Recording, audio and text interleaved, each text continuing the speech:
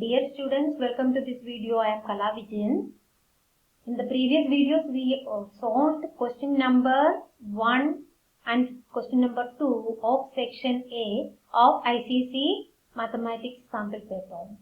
So in this one, we are going to do question 3 of this one. It also consists 3 options there. Please watch the videos, subscribe and share. Also, click the bell icon to get notified for the new videos. So let us start now the questions here. Question number 3. See what's the question number 3? First option A. Find the probability of having 53 days, Sundays in a non-leap year and a leap year. We know that in a non-leap year there are 365 days. So we can write that number of days. The first part, number of days in a leap year,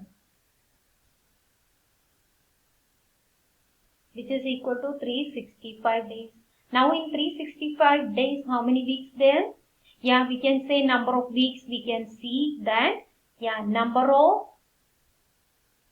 weeks we will get equal to, yeah, 365. If we divide by 7, 365 by 7, you will get 52 plus something. If it is 1 by 7 getting, that means 1 day extra. So 52 weeks we are getting, and plus 1 day.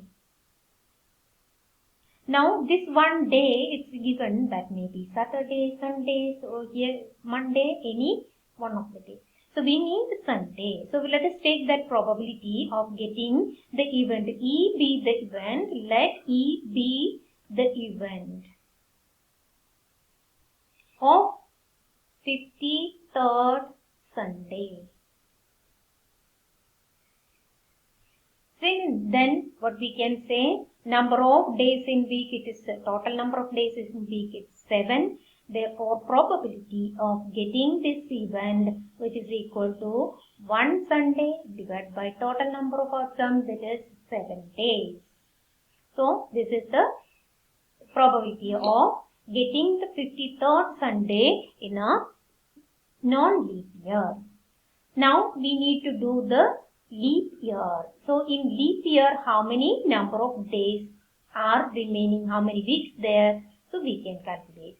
So let us do the second part here. We know that in a leap year there are 365 days. So number of days in a leap year is equal to 366 days. Right? So number of weeks, again you will get only 52. Then number of weeks you will get equal to 52 weeks completely, remaining 2 days here, isn't it? So, yeah, if we divide 366 by 7, you can divide, you will get 52.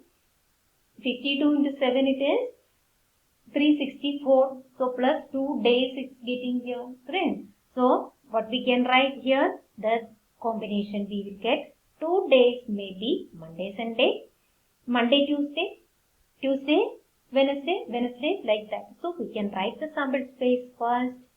Sample space, if it is starting with Monday, so first day it is Monday, then other day maybe Tuesday, right? So if it first day it is Tuesday, then the other next day should be Wednesday. First day is Wednesday, then next day should be the Thursday here.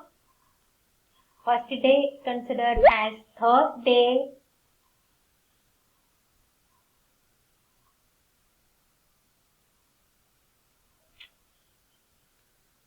Thursday, then next day should be Friday. See? Then Friday, next day it is, say, Friday. First day it is Friday, then Saturday. Again we can see Saturday is the first day, then Sunday should be the next day. If Sunday is the first day, then Monday should be the next day. So these are the combinations we are getting. So how many combinations we are getting? 1, 2, 3, 4, 5, 6, 7 outcomes there. Total outcome is 7. Out of these 2, maybe 2 options you are getting Sunday. So what we can write? Probability of getting 53rd Sunday. 52 already we are getting. Then the third Sunday, there are 2 options out of 7 outcomes. So probability is 2 by 7.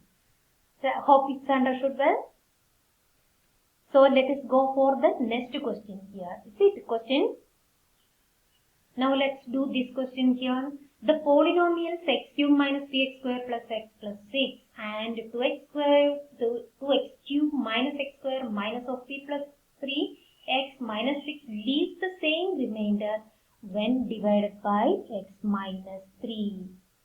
Find the value of p.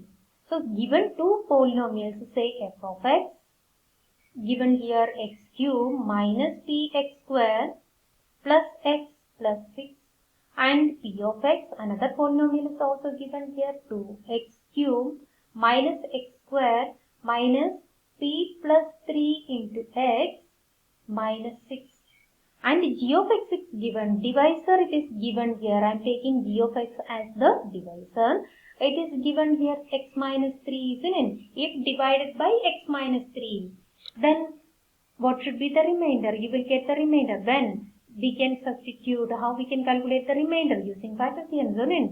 So 3, the g of x it is x minus 3, then x become equal to 3. So substituting x value in both these polynomials, f of 3 becomes, substituting value of x is 3 here, 3 cube minus p into 3 square plus 3 plus 6. So what we are getting? 27 minus 9p, yeah, plus 9. So getting here 36 minus 9p. This is the remainder we are getting, isn't it? We can consider that as R1. The same, if this with the same divisor, if we divide this polynomial, what should be the remainder? Let us calculate.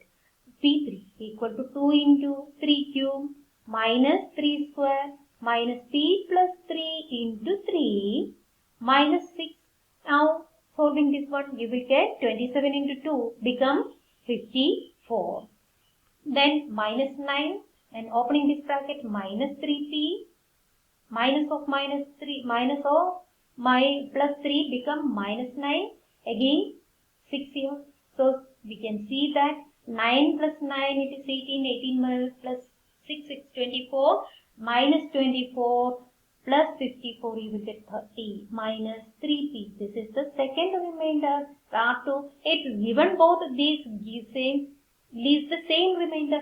That means R1 equal to R2. So equating both of these, what you will get? So we can see 36 minus 9p equal to 30 minus 3p. So taking 9p to the other side and 30 to this side is 36 minus 30, you will get 6 here. 9p goes to the other side, minus 9p becomes plus 9p minus 3p, that is 6p. So getting p is equal to 1. That's all. Understood well? Yeah. So this is the way, orderly write that one.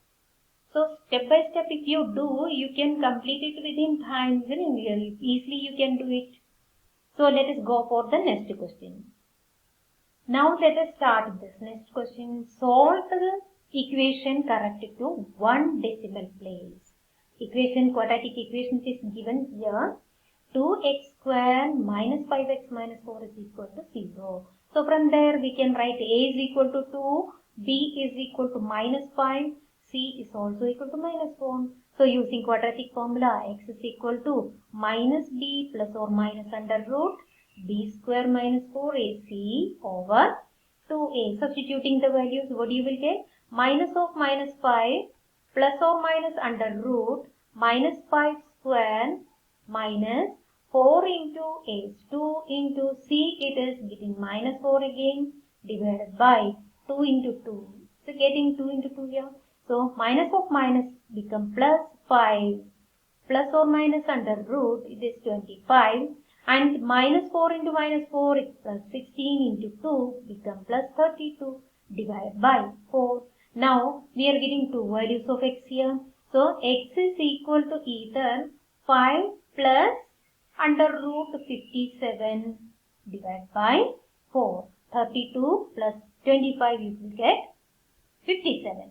Or what we can say, x is equal to 5 minus under root 57 divided by 4. So let us find out 57, square root of 57 by division method. So you need to find out, round off till 1 decimal place. You see, it is asking to find out the 1 decimal place. You have to find out the square root of 57 by division. Let us divide that one 57 here, the number 57. And we need to round off to 1 decimal place, need more 2 decimal place more. Isn't it? So do add 2 pair of zeros there. Now division, the same way we do. Now, isn't it? 57 is not a perfect square. So nearest perfect square to 57 is 7 square. So we can write 7 here. So 7 into 7, 49 we are getting. So if we subtract this one, you will get 8 and bring down this group of numbers. So that is 800. Now 7 plus 7, that means we are getting 14 here. One more digit we have to write, the same digit should be written here, and the product of this number and the digit which we written should be equal to or less than this number. So before that we need to put the decimal place here. See, so the number by which we can multiply this is 5 here, 145 into 5. You will get 725. See, 725. If we subtract this one, you will get 75. Again bring down this group of numbers here, you getting this number, and this one without decimal place we know that it is 75. Double of that one become 150. And if we write one more digit here, you will get, you can multiply that number obtained by the same digit we written here should be equal to or less than this one. So that should be nothing. 4. If we multiply this by 5, it becomes exceeding this number. So if that can write here 4. 6. So if we multiply these two, you will get 6016. No more division needed. So we got 7.54. So x values are which one? 5 plus under root 57 by 4. And x is equal to, or we can say 5 minus under root 57 by 4. So writing this one, 57 value we already got, it is equal to 7.54. Divide by 4, or we can say x is equal to 5 minus 7.54 divided by 4. So we can see x is equal to 5 plus 7.54 is 12.54 divided by 4, or we are getting x is equal to, minus, which one you are getting? Minus 2.54 divided by 2.56 you will get, 6. So divided by 4. So if we divide this one, you will get 3.135 is getting no need. We need only the second decimal place to round off to first decimal place. The same here also you will get something minus 0.24. We are getting 6 here, then 24 again. So 1 6 we can say 6 4 it's coming. Is it? So rounding off, therefore x value we can write as 3.1 or negative 0.6. These are the values. Understood well?